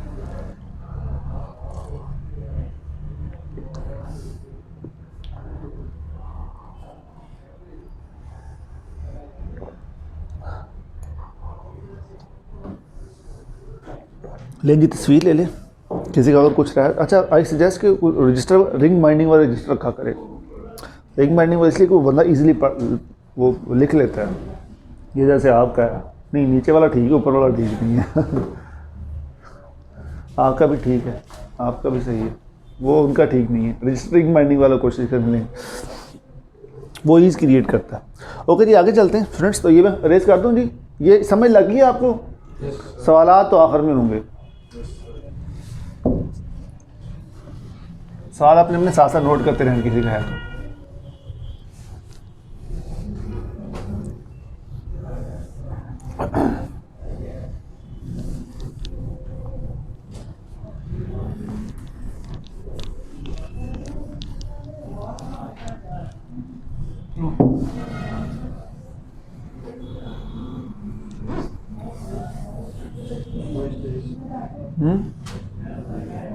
यार ये स्पेस हमें ऊपर मिल जाएगी ना। अच्छा जी, क्या है हमारा अभी है हमारी एंशिएंट हिस्ट्री 2, वो अभी चल रही है हमारी, और पीरियड है उसका 712 से लेके 1206 तक। अच्छा स्टूडेंट्स, ये जो पीरियड अभी तक हमने पढ़ा है इसमें मोहम्मद बिन कासिम ही वाहिद हैं जिनका हमने जिक्र किया है। ठीक है जी, अब हम थोड़ा सा मूव फॉरवर्ड करते हैं कि मोहम्मद बिन कासिम के अलावा और कौन से इंपॉर्टेंट मुस्लिम्स रूलर्स आए हैं जिन्होंने आखिर यहाँ पे हुक्मरानी करने की कोशिश की है। ओके जी, और अपना कामयाब भी हुए हैं। सो इनमें सबसे पहले नाम आ जाता है महमूद गजनवी का। महमूद गजनवी जो है, इनका जो पीरियड है दैट इज़ 998 टू 1030। इस पीरियड में ये रहे हैं, इन्होंने रूल किया यहाँ पे इंडिया में। अच्छा, इनके हवाले से ये बात है कि अगर आपको ये सवाल आए कि who is known as kidnapper of scholars से ये बहुत मोहब्बत करते थे, इसलिए इन्होंने डिफरेंट लाइब्रेरीज भी बनाई, इल्म दोस्ती इनकी थी। तो ये आपके कहलाते हैं MG stand for Mahmud Ghaznavi.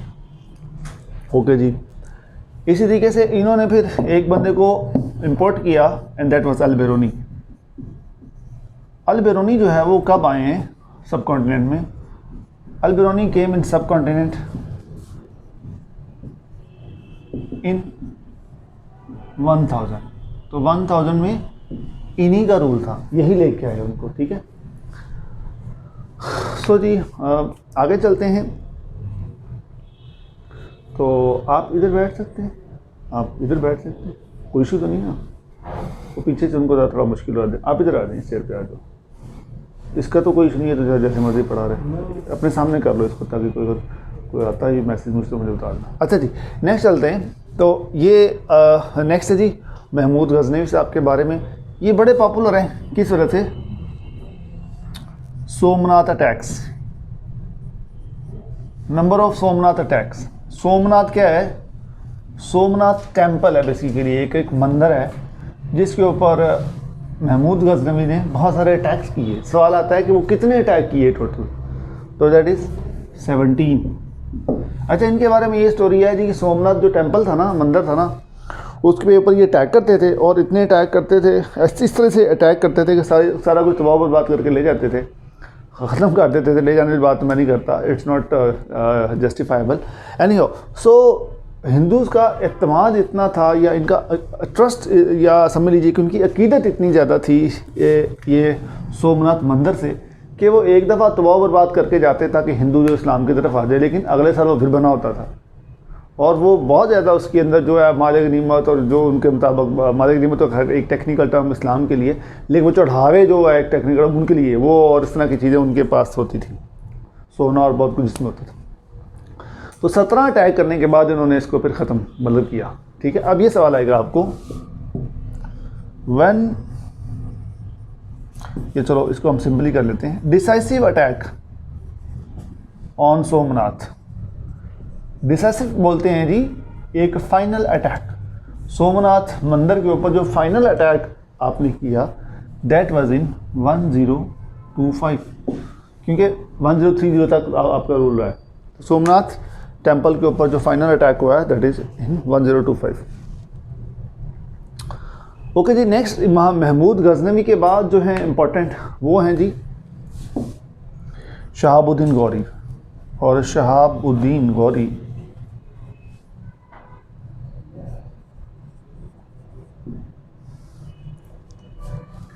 केम इन, कब आए हैं? 1192 में आए हैं जी। अच्छा, अब यहाँ पे ये सवाल पैदा होता है कि अगर 1192 में, अच्छा आप ज़रा एक चीज़ ध्यान में रखिएगा, जो भी मुसलमान हुक्मरान आएगा ना, चाहे वो दिल्ली सल्तनत है, चाहे वो मुग़ल है, चाहे वो शेर शाह सूरी है, कोई भी है, वो एक वॉर के साथ आएगा, कोई ना कोई जंग लड़ेगा। वो जंग भी इंपॉर्टेंट है, जंग के बारे हवाले से भी समय सवाल, जैसे मैंने वॉर्स को अलग कर दिया था, इसी वजह से किया था कि जंगें हैं काफ़ी इंपॉर्टेंट और ज़्यादा हैं, उनको हम एक अलग टॉपिक, एक अलग पेज पे डिस्कस करेंगे ना, ताकि आप, जैसे मैं कहता हूँ कि यार आप इसको स्पेशल ट्रीटमेंट दें हर एक चीज़ को, तो वो स्पेशल ट्रीटमेंट देने के हम काबिल हो जाएंगे, ठीक है जी। सो उसके अंदर मैं इंशाल्लाह डिस्कस करता हूँ, लेकिन ये जो शहाबुद्दीन गौरी से ये काम स्टार्ट होता है, ठीक है जी। तो आपको सवाल आएगा, फर्स्ट बैटल ऑफ टेरेन, ये एक जगह का नाम है, first battle of terrain was fought in, कब लड़ी गई है? That was in 1191। अब ये फर्स्ट बैटल ऑफ ट्रेन किस किस के दरमियान में लड़ी गई है वो भी मैं लिखता हूँ, क्योंकि मैं नीचे नहीं लिख सकता, सो मैं आगे जाना पड़ेगा। नहीं हो, चलो 1191 में जो फर्स्ट बैटल ऑफ ट्रेन है that was between PRC versus Shahabuddin Ghori, S Gauri कर देते हैं, चलो। शहाबुद्दीन गौरी को मोहम्मद ऑफ वॉर भी कहते हैं, याद रखिएगा। अच्छा जी, PRC पृथ्वीराज चौहान, एक इंडिया का ड्रामा भी चलता होता था, ये उनसे इनकी लड़ाई हुई है 1191 में। लेकिन फर्स्ट बैटल ऑफ ट्रेन जीता कौन था?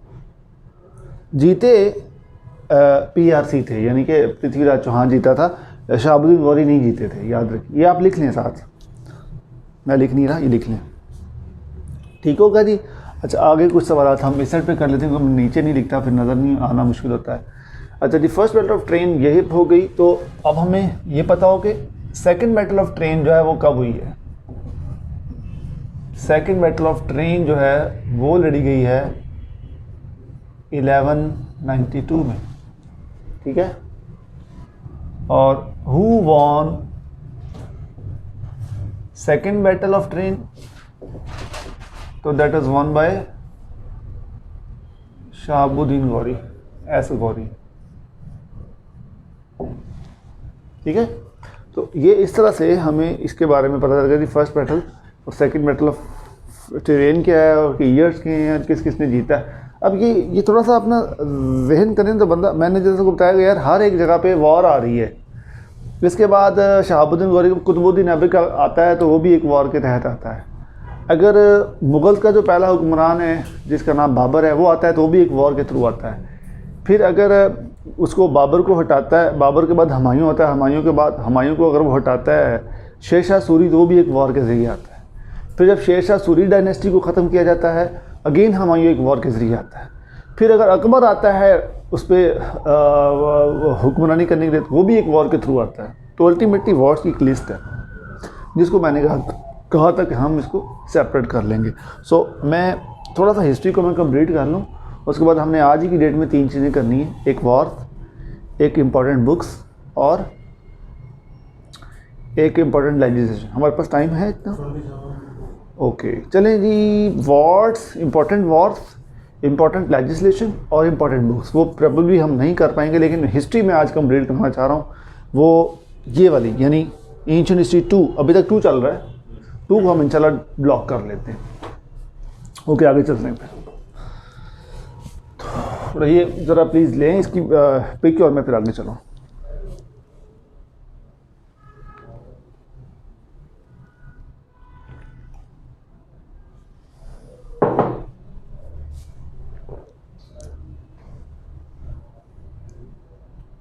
आप में से किसी की मेरे से फ़ोन पे बात हुई थी? अच्छा, चलें जी, इसको रेज करते हैं।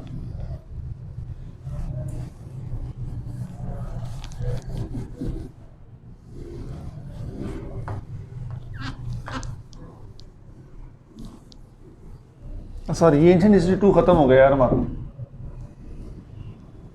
और अब हम चल रहे हैं आगे। थर्ड पीरियड है, दैट इज़ दिल्ली सल्तनत।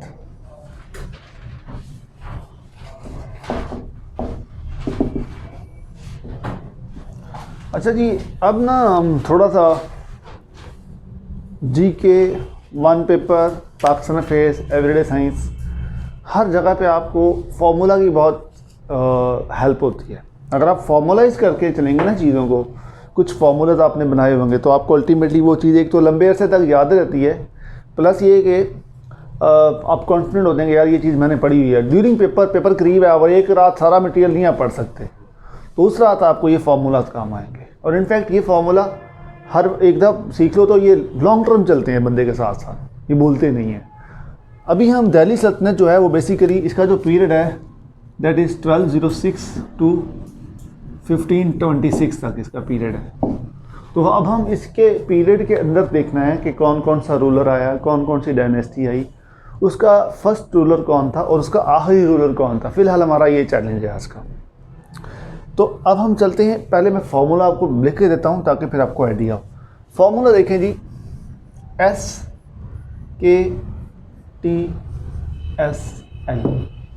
ये है दिल्ली सल्तनत की जो डायनेस्टीज़ आई हैं। दिल्ली सल्तनत का ओवरऑल पीरियड है 1206 से 1526 तक, लेकिन तो दिल्ली सल्तनत के अंदर 5 ख़ानदान आए सादा लफ्ज़ों में, ठीक है। पहला स्लेव डायनेस्टी, दूसरा खिलजी डायनेस्टी, तीसरा तुगलक डायनेस्टी, चौथा सैयद डायनेस्टी और 5वां लोधी डायनेस्टी। तो इनके नाम याद कर लेंगे और स्केट्सल फार्मूला जहन में रखेंगे तो आपको कोई पूछा हाँ जी सेकंड डायनेस्टी कौन सी है, तो I think we will be easy कि यार हम इसका जवाब दे सकते हैं। ओके, नेक्स्ट सवाल आपको ये आएगा कि यार ये 5 डायनेस्टीज़ हैं, इन 5 डायनेस्टीज़ का जो है ना वो फाउंडर कौन सा है, ठीक है। उसके लिए आपके पास फार्मूला है QJGSD। इसको आप मैं उर्दू में अगर लिखूं तो उसको मैं क्या लिखूंगा, स्केट्सल,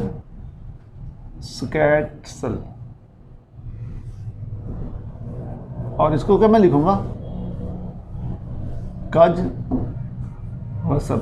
ये उर्दू से भी याद रह सकता है ना आपको, कज गसब, काफ जे जीम गैन, ये जीफ और गैन, एज सीन बे बी, राइट हो गया जी।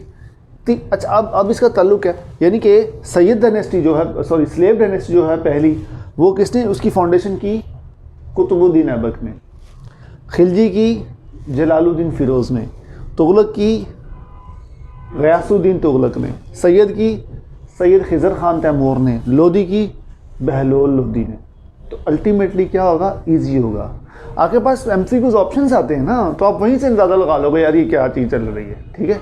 बट मैं नहीं कहता कि आप इनको याद ही ना करो, इनके नाम पूरे, सिर्फ फार्मूला याद करने से तो काम नहीं चलेगा ना, नाम भी आप लोगों को याद करने हैं। ओके जी, नेक्स्ट चलते हैं तीसरा फार्मूला, और वो है मकनातीस वाला फार्मूला, MQNAI, मकनाई।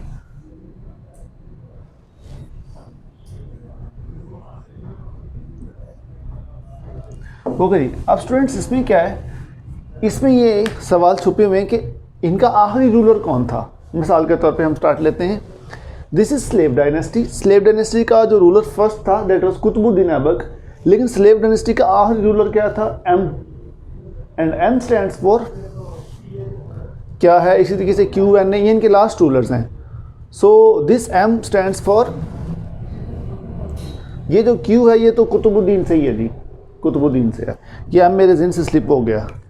कुतुबुद्दीन, ये जैसे ये क्यों है ना कुतुबुद्दीन, ये खिलजी का भी जो लास्ट रूलर था वो कुतुबुद्दीन था। जो सॉरी ये मोइजुद्दीन, इसका जो पहले वाला है ये मोइजुद्दीन है, मोइजुद्दीन, कुतुबुद्दीन। और इनका है जो तुगलक डायनेस्टी है, इसका जो लास्ट रूलर है that is Nasiruddin Shah, Alam Shah and Ibrahim Lodi. तो क्लियर हो गया।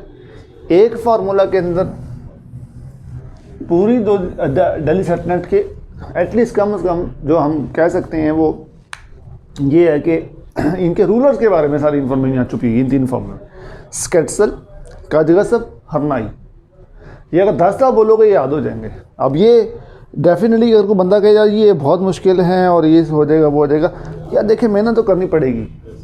अब मेरा पहला सेशन है आज, कुछ स्टूडेंट ज़्यादातर पहला ले रहे हैं, कुछ मैंने 1-2 क्लासेस पहले लिए, जिन्होंने आज पहला लिया उनको मैं पुरानी भी शेयर कर दूंगा ताकि हम सारे एक पेज पे हो जाएं सब लोग, ठीक है जी। आप लोग जो बैठे इनको भी आपको भी शेयर कर दूंगा।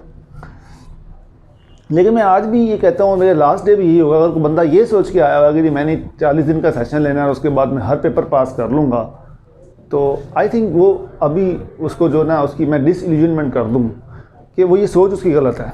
हाँ, अगर वो ये साथ सोच के आता है कि यार 40 दिन का मैंने ये सेशन लेना है, जिस तरीके से मुझे पढ़ाया जाएगा, जो मुझे होमवर्क मिलेगा, जो मुझे असाइनमेंट्स मिलेंगी, फिर उनको मैं दिन रात पढ़ूंगा, फिर वो कामयाब होगा इंशाल्लाह। यहाँ से सिर्फ लेक्चर लेके और आप समझें और सिर्फ मटेरियल लेके और समझें बस ख़त्म होगी कहानी, नहीं यार, वहाँ से तो कहानी शुरू होती है। आपने कभी अगर डिस्टेंस और डिस्प्लेसमेंट का डिफरेंस देखा हो ना, तो क्या डिफरेंस है जी बताएं? किसी को पता डिस्टेंस और डिस्प्लेसमेंट का फ़र्क? ये मैं आप चलें तो ठीक है, आप कह रहे हैं। एक छोटी सी बात आपको समझाता हूँ। ये है पॉइंट ए, ये है पॉइंट बी। पॉइंट ए से आप स्टार्ट लेते हैं, पॉइंट बी पे जाना है। 2 वेज हैं। पहला ये है, पॉइंट बी पे पहुंच गए आप, ठीक है। दूसरा ये है, तो ये जो है ना, ये जो zigzag बना हुआ है, this is distance and this is displacement. तो we are here to know about displacement. कि आप यहाँ इधर zigzag में जा रहे हैं, यार मैंने आपको बताना ये डायरेक्शन है, ये मटेरियल है, ये प्रैक्टिस हैं, ये टेक्निक्स हैं, बस ये मकसद है इस सेशन का कि आपको इससे बचाया जाए। लेकिन अगर कोई बंदा ये कहे कि जी मैंने इस पे सफ़र जो है वो मुझे इतने दिन लग जाएंगे और ये मुझे मेहनत करनी पड़ेगी, रातों को जागना पड़ेगा और सुबह सुबह उठ के तैयारी करनी पड़ेगी, चलो रात को जल्दी सो जाए, सुबह उठ के पढ़ लें, तो ये तो मतलब ऐसी बात ये ना कि भाई मतलब फिर ना आप करने वाली बात करेंगे। ये हमें करना पड़ना है एज ए नेशन। जब हमें इतनी स्ट्रगल करनी पड़ती तो एज एन इंडिविजुअल भी आपको सेटअप करना है। कोई बंदा आप में से अगर बैठा हो यहाँ पे जो सुन रहे हैं और वो कहते हैं नहीं we want to be a part of national development, हम पॉलिटिशियंस कुछ नहीं कर रहे, गवर्नमेंट के इदारे कुछ नहीं कर रहे, यार पुलिस का इदारा ही ऐसा है, यार ये जो फेडरल गवर्नमेंट के जो FBI है वो टैक्स ही कलेक्ट नहीं करता, यार बहुत करप्शन है ये वो।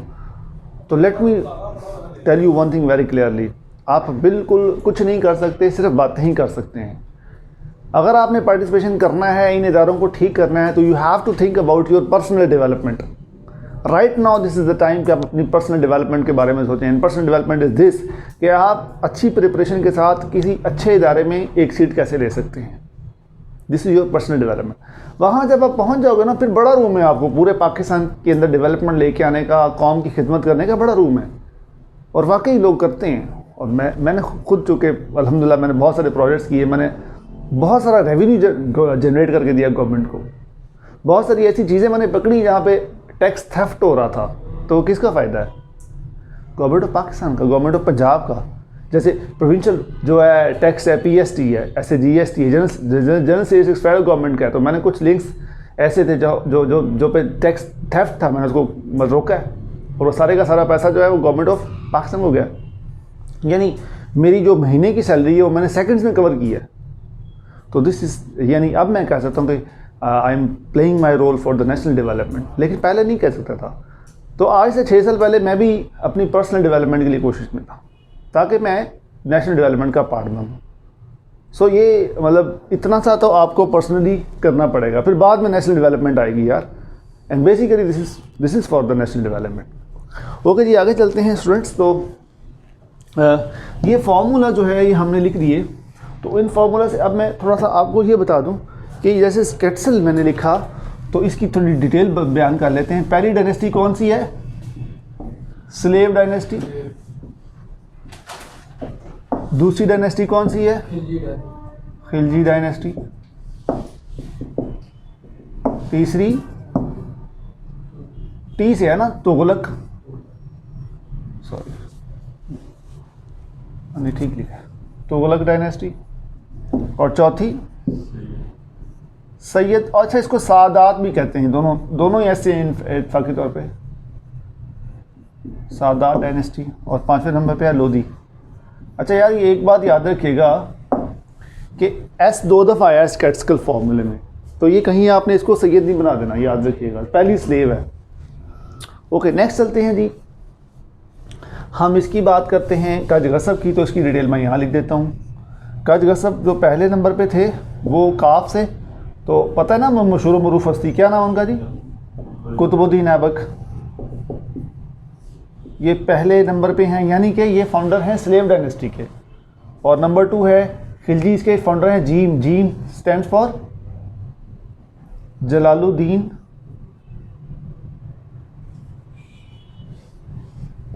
फिरोज। और नंबर 3 पे है रैन गयासुद्दीन तुगलक। ये मैं आपको एक पर्सनल बात अपनी सुनाता हूँ इसके बाद। और उसके बाद है सैयद खिज़र खान, तैमूर, और आखिरी है जी 5वें नंबर पे बहलोल लोधी। तो ये हो गए जनाब इनके फाउंडर्स। अब हम बात करते हैं कि इनके जो लास्ट वन थे, यानी कि जो लास्ट रूलर थे इनके, वो कौन कौन से थे? वो भी 5 ही होंगे ना, ज़्यादा सी बात है। तो जो कुतुबुद्दीन अगर पहला था तो आखिरी बन जाएगा, इस फैमिली से हम लेंगे हेल्प, मोइजुद्दीन। इसी तरीके से जलालुद्दीन फिरोज पहला था, तो इसका बन जाता है कुतुबुद्दीन ऐबक। कुतुबुद्दीन ऐबक नहीं, कुतुबुद्दीन।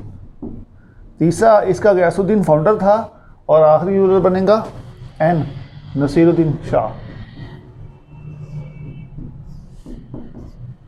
चौथा सैयद खिज़र खान का तैमूर था, और इसका लास्ट बनता है आलम शाह। 5वां बहलोल लोधी, और क्या है? इब्राहिम लोधी।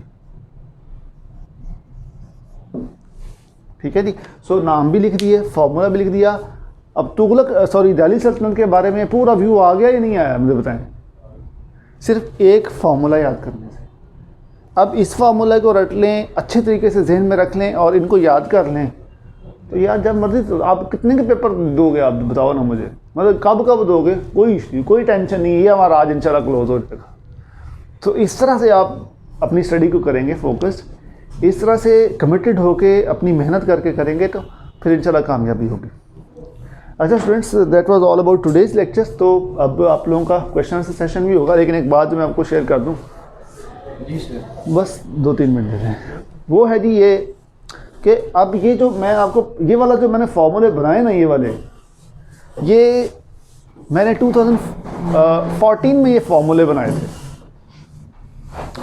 और at that time I was preparing for PMS, जो कि मेरा 2015 में हो गया। और उसके दौरान ही फिर मैंने तमाम जो वन पोस्ट थी जो आती थी मैंने अप्लाई करता गया। यानी असिस्टेंट डायरेक्टर आईबी उस वक्त भी आई थी, I was recommended. Assistant director ministry of defence में उस वक्त भी, अभी तो नहीं, उस वक्त आई थी, I was recommended. Inspector FIA में मैंने अप्लाई किया था, I was recommended. Assistant director FIA के लिए भी मैंने अप्लाई किया, उसमें मेरी रिकमेंडेशन नहीं हो सकी। वो मैं आखिर में बताऊंगा एक दिन कहानी, वो क्यों नहीं हो सकी। That was not the failure of my knowledge, कोई और बात थी। वो भी एक आप लोगों के लिए सीखने का सबक है, किसी दिन बताऊंगा। असिस्टेंट रजिस्ट्रार कोऑपरेटिव सोसाइटीज़ में मैंने अप्लाई किया, आई वाज रिकमेंडेड। और पीएमएस में भी फिर मैं हो गया। तो अल्टीमेटली पीएमएस जो कि फर्स्ट प्रेफरेंस थी मेरी, तो मैं इसमें मैंने ज्वाइन कर लिया। तो ये फार्मूला मैंने उस वक्त बनाए थे, ये जो मैं अभी आपको बता रहा हूँ। तो बताने का मकसद ये था कि यार मुझे किसी ने ये नहीं बताया था कि आप इस तरह के फार्मूले बना लो।